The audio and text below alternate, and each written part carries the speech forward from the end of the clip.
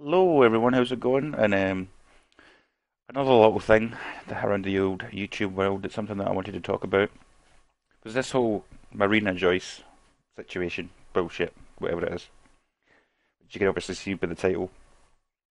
Now, I don't really follow a lot of this shit, it's just like, do you know when you're on like your typical viewing on YouTube, you're looking about your usual videos, your usual people that you subscribe to, and you keep seeing recommendations that have got nothing to do with you, but for some reason they just are insistent because they're popular.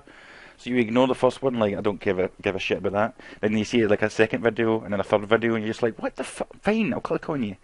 Basically, like I watch Philip DeFranco every now and again. Like I'm not subscribed to him and like watch his stuff like every day and stuff, but um, because I believe like the last few months, even though I know Phil is just objective and he just reports on what is happening, but maybe within the world and within the YouTube world, it's just what he does. That's what he's done for years. He's always done it, and I like him because he's quite objective about it. He offers his own opinion on it, but it doesn't make it seem like, I don't know. He's just very good at what he does, in my opinion.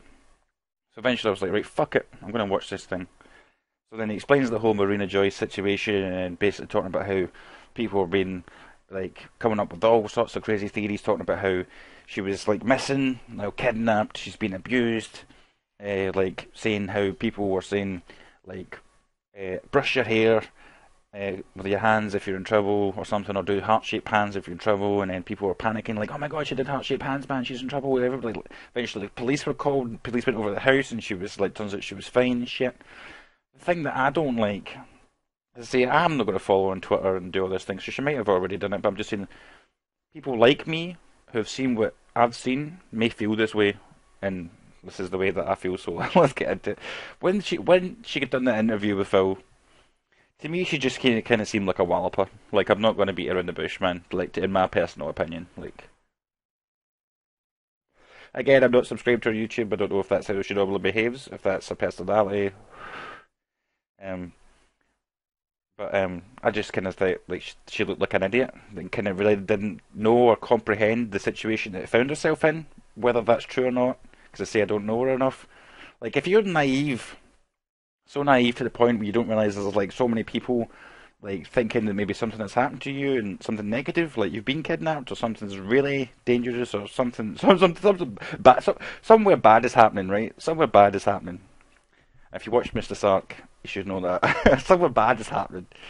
And but she doesn't really seem to grasp the situation of I'm coming into the spotlight because of something negative, and people's minds are just going nuts thinking about a bunch of different crazy shit. And she didn't seem to really know how to like calm people down and just be like, look, this is the situation. And then she just, I can't even, I don't know, just a moron. Like to me, right? If you're doing something positive on YouTube, you're gaining a lot of subscribers because of something positive, then cool, rock it, man. Do you. Let that fucking ship sail, man. You know what I mean? Just fucking get it going. But if something's negative is happening to you, and you're getting a lot of subscribers, and if more people are following you on Twitter, and all this shit's happening, and you know what I mean? Like, to me, as a YouTuber, it's just a responsibility to kind of let your people, your fans know, or your subscribers just know, they're like, look guys, like, something's been blown out of proportion. I'm not going to tell you what it is. Like, if you're not prepared to tell your fans or subscribers what it is, then that's your right. But at least denounce or like let people know of the stuff that you know isn't true. So if people say, well, the heart-shaped hands thing she does all the time, maybe that's just something she does. You know what I mean? So like, no, look, that's bullshit. I do that thing all the time. It's just a habit of mine. That's no big deal. Or like this thing, it's no big deal. I know about that. This thing here wasn't me. It was a troll spreading misinformation. That voice message thing saying that I needed help or whatever it was, wasn't me. Faked again, which is what Philip shows in his video. But she doesn't seem to like realise the importance of it. All she says is like, she even mentions in the interview, she's like, oh, I need to be more responsible now because there's more eyes on me. I'm almost hitting 1 million subscribers. And like, that's like the mental note she makes. You know what I mean? Like, oh, I'm almost hitting 1 million subscribers. Like, yeah, you're hitting 1 million subscribers because people will think you're fucking kidnapped. It was even on like news sites and shit. I'm like, you're a fucking, oh my god, man, it pisses me off. Again, she may not, just genuinely not know how important that situation is viewed by some people, but to me, you have two options, right? You either reveal the information that you want to, because you're not comfortable revealing if something truly did happen, or you just get it all out there. You just say, yeah, look, guys, this thing happened to me, so I had to do this. But all these things that you're worrying about, like, they aren't true. And then just tell them the kind of future situation. Say, look, yes, something went through, but I'm feeling better now. I will be posting videos in the future. Don't worry about it, guys. It was just a bit of a hard time, or like a troubled time. But she just doesn't seem to be aware of that situation, and it pisses me off. And like in the interview, I give Phil props for this again and say I'm not Phil's best pal or something, so I'm not going to pretend that I know him.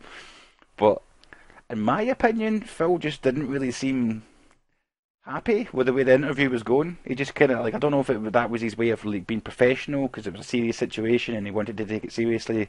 You could see he was looking down at his notepad for like questions that he wanted to ask her. And my sense, like my vibe of like watching him and stuff, to me was just like, man, you're so full of shit.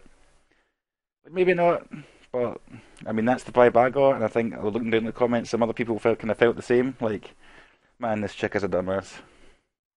Like some of the questions he was asking, he asked her, "How do you respond to the accusations of the heart-shaped pans and stuff like that?" And she responded rather than as well, I'm saying, says that's just complete and false. It's just something I do. She went, "Oh, it's just so good to know that so many people out there care about me." And then she changed the conversation entirely from the accusations to, "I can't believe somebody created memes about my eyes." Like what? And then he said, "Well, what do you feel about people saying that you're acting a lot differently than you used to?" And she went, "Well, recently, well, I can't think she said recently, but she's like, I became a Christian." Which is fine if you join a religion, maybe you have changed a certain your moral views and aspects of the way you view the world. But she just kind of left it dead there, like, "Oh, I became a Christian." Boom, question answered. And then, oh, what was the other thing? I'm totally going to forget this.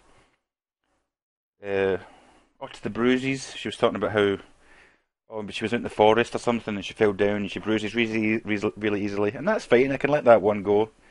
But like our whole approach to the interview just felt very sloppy and nothing was being taken seriously, and it was all just kind of one joke. And that was the thing about me that it stuck with me. She noticed she was getting to 1 million subscribers. I just don't understand how anyone who's been viewed in that light in the current situation, seeing how much she's blown up, there's obviously something wrong there. Like I think he said that my channel got like maybe 100,000, 200,000 views average or something like that, and now she's getting like 3, 4 million views per video. Now you'd be like, what the fuck is going on my channel here? Like I'm popping off, and she doesn't. I don't know, man. Sorry, like Marina Joyce, you are a dumbass. Something that is truly crazy has happened to you, and maybe this is just like your defense, or like your reflex to the scenario. Then cool, I totally apologise, man. But at the moment, it just doesn't seem like you're handling the situation very well, and you seem like a bit of a retard. Again, I will send these insults. I will send these insults if truly something horrible did happen to you. Sincerely. But I'm just saying, in my perspective of the stuff that I viewed, it just doesn't seem good, man. It doesn't seem good. And my homie Phil also didn't look impressed. But I mean, whatever. Tell me what you think. I just think the whole, I don't know, the whole situation kind of just seems a bit bollocks to me. You know what I mean? Anyway, that's all I wanted to say. There was one other thing I probably wanted to say, but I forgot it. Now it's gone. And I'll catch you all next time.